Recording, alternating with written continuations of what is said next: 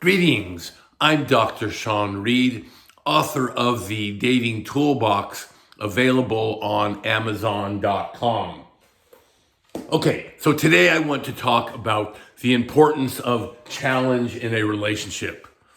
As a matter of fact, early on in a relationship, and even after years in a relationship, challenge is probably the most important thing, the most important quality you have to have in order for your relationship to be successful.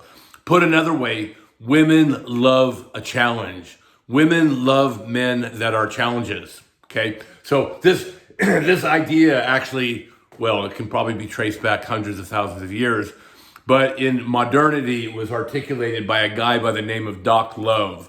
I'm Dr. Love, I'm not Doc Love. Doc Love has passed away, but I just want to give credit where credit's due. And so really the most famous modern articulator of the concept of challenge was this guy named Doc Love. And I mention him because he's absolutely correct when it comes to the notion of challenge. So let's talk about challenge a little bit today. And I'm going to explain to you in this video how, especially early on in a relationship, you can increase your ability to challenge a woman and therefore raise her interest level and keep her and get her to love you and keep her in love with you. Okay, so let's talk about this early. And again, we really have to present a large degree of challenge early on in a relationship. If a woman feels challenged, she's going to really like you a lot. Okay, so let's look at that. So this is why, let's talk about some things that increase challenge in a woman.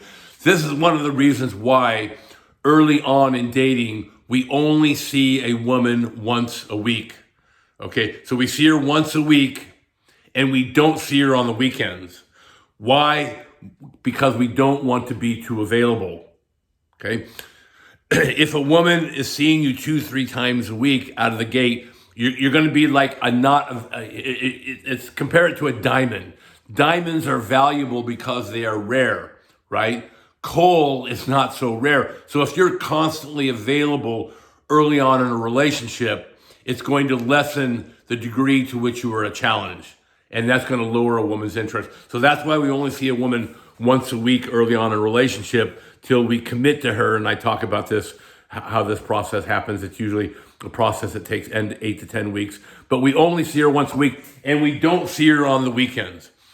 Why you want her wondering, why don't you see me on the weekends? Are you seeing other women? And of course, we don't want to rub that in her face, but we always want her wondering, is this guy seeing other women? So that's another reason why I advocate having a 3-woman rotation. It's very difficult to fake the notion of challenge, to fake the notion of unavailability. But if you're seeing a woman on Tuesday, Thursday, and Saturday, that's going to naturally give you the ability to be a challenge. And we'll talk about that a little bit more below. Okay, that's another reason why early on in a relationship, we spoon feed information. We don't tell her too much about ourselves. I talked about a friend, he told this gal he was seeing who liked him, really liked him, that he was a former felon or a felon. I guess once you're a felon, you're always considered to be a felon. On the first date, and he was surprised why she didn't want to have the second date. Well, I told him it's because you shared too much information. That's the sort of thing you tell a woman later on in the relationship, right? And many, many years ago, before I developed my program, before I developed my system, I went on a date that otherwise went great. This is more than 20 years ago, 25 years ago. And I told this girl that I was a recovering alcoholic and she didn't want to have a second date with me. And so I asked her why. She's like, well, when you told me you were a recovering alcoholic, that really turned me off. I mean, the point is, I haven't drank in years, but what the message she got was too much information early on. So we don't share a lot of information early on. We spoon feed information. And we always maintain the attitude of we are the prize, okay? Don't put a woman on a pedestal thinking that you have to become worthy of seeing her. You need to reverse that mindset. You always have the mindset of, is she worthy of me? Now, of course, we were always gentlemen. This doesn't mean that we are rude or disrespectful towards women. It just means that we always view ourselves as the prize, as something, as she should be happy to be going out with me. Okay, so early on, we need to be confident. We need to be decisive. We also want to be playful and funny, right? Again, going back to too much information, when I met the woman who is now my wife, she asked, I think, on our second date, because she have high interest, women with high interest ask questions, have you ever been married? Now, the last thing you want to do early on in a relationship, early on in the dating process, is to talk about your failed relationships. A lot of guys make that mistake. They'll go into a long diatribe about how much they hate their ex-wife, what went wrong. That is a huge turnoff, guys. Hold that information closely. So on my second date, my wife asked me, have you ever been married? And I said, oh, only 6 or 7 times, but I hope that the next one will work out. Ha ha ha. I made a joke of it. Even though I had been divorced, I didn't directly share or focus on that information early on in the dating process. I'm talking about the first 3 dates. After you're dating a woman for a while, she's gonna, usually by the time I've been seeing a woman for a month, yes, that information will come out. She'll know that I had been married and divorced, but we don't share that in the first 3 dates, okay? Like I said, we're always polite. We are always gentlemen. I cannot emphasize that point enough. Being a challenge doesn't mean you're rude. Think of James Bond. James Bond was always, especially the Sean Connery James Bond always limited information, but he was always polite. He was always a gentleman, so emulate that behavior. Limit texting and the phone, okay? I see a lot of stuff on the internet, on YouTube, about how to text properly, and I encourage my guys to watch some of that material. However, the larger point is, don't get caught up in excessive texting. Don't get caught up in excessive phone conversations. If you're texting or on the phone with her every day, you are no longer a challenge. You're too available. What happens? You go from being a romantic interest to her girlfriend, and then you get friend zoned. So we limit texting and the phone early on in a relationship. Okay. Another thing, guys, we don't tolerate bad behavior. Okay. I see all these Hollywood shows of these women that are confident and decisive, but the reality is that they're just completely unpleasant and awful to be around. Don't tolerate bad behavior. It's only going to get worse as the relationship goes on. So again, those first 3 dates, if a woman cancels, that's it. If you're on your second date with a woman and she cancels that date, delete her number. Don't tolerate that bad behavior. If she starts negotiating dates early on, you say, hey, let's go miniature golfing. Let's go get a drink. Let's go have coffee. Let's go to the mall. And she starts to say, no, I want you to take me to this French restaurant where it's going to cost you $300 for a dinner.